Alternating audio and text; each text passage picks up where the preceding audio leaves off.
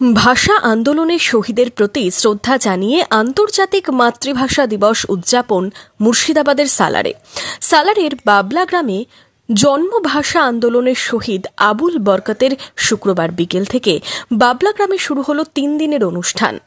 এদিন বিশিষ্ট কবি, সাহিত্যিক ও গুণীজনেরা আবুল বরকতের প্রতিকৃতিতে মাল্যদান করে শ্রদ্ধা জানান। 3 দিন ধরে চলবে বাবলা গ্রামে ভাষা দিবসের অনুষ্ঠান। আজকে অমর 21 ফেব্রুয়ারি ৭৪তম শহীদ দিবস এবং আন্তর্জাতিক মাতৃভাষা দিবস। সেই উপলক্ষে যারা শহীদ হয়েছিলেন 1952 সালে, সেই শহীদদের মধ্যেই অন্যতম আবুল বরকতের জন্মভূমি বাবলা। সেই বাবলাতে আমরা প্রত্যেক বছরই আমরা সাংস্কৃতিক অনুষ্ঠানের মধ্য দিয়ে 3 দিনব্যাপী অনুষ্ঠানের মধ্য দিয়ে সেই শহীদদের বিনম্র শ্রদ্ধা জ্ঞাপনের মধ্য দিয়ে আমরা তাদের স্মৃতিচারণা করি। তাই এবারও আমরা বিভিন্ন রকম প্রতিযোগিতামূলক অনুষ্ঠান, আলোচনা সভা, সাংস্কৃতিক অনুষ্ঠানের মধ্যে দিয়ে আজকের এই সভার আয়োজন।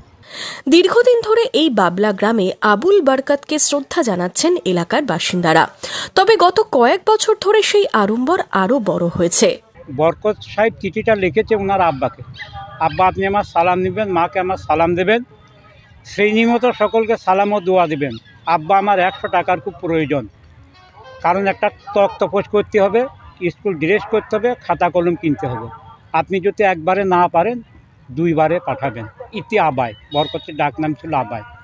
আমি ওই চিঠিটা পড়ার পর মনে মনে শপথ নিয়েছিলাম যে আমি বড় হলে ওনার নামে কিছু করব। দিয়ে 1994 সাল থেকে আমি এই অনুষ্ঠানটা করি, যখন ভারতবর্ষের ভিতরে কোনো জায়গাতে হতো না। সেই অনুষ্ঠান 1999 সালে আন্তর্জাতিক মাতৃভাষা স্বীকৃতি পেল এবং বিভিন্ন জায়গায় হয়, এবং বাবলা সেই ছোট থেকে বড় আকারে এখন হয়ে গেছে, মানে বৃহত্ত আকারে হয়ে গেছে। এখানে বহুত মিনিস্টার এসেছে, সেন্ট্রাল মিনিস্টার এসেছে, রাজ্য মিনিস্টার এসে সকলেই বলে গেছে যে এই করব, কিন্তু কিছু হয়নি। তাতে আমি খুব খুশি যে আমার প্রচেষ্টায় আজকে সারা বিশ্বের দরবারে আমি বাবলা গ্রামকে পৌঁছে দিচ্ছি। আমি বহুত খুশি। 5ই মার্চ থেকে শুরু হচ্ছে বহরমপুর খাদি এক্সপো। চলবে 12 মার্চ 2025 প্রতিদিন বেলা 12টা থেকে রাত্রি 9টা পর্যন্ত। খাদি সামগ্রীর ওপরে 60% পর্যন্ত ছাড়। স্থান ব্যারাক স্কয়ার, মুসলিম তীর্থ। সকলকে জানাই সাদর আমন্ত্রণ।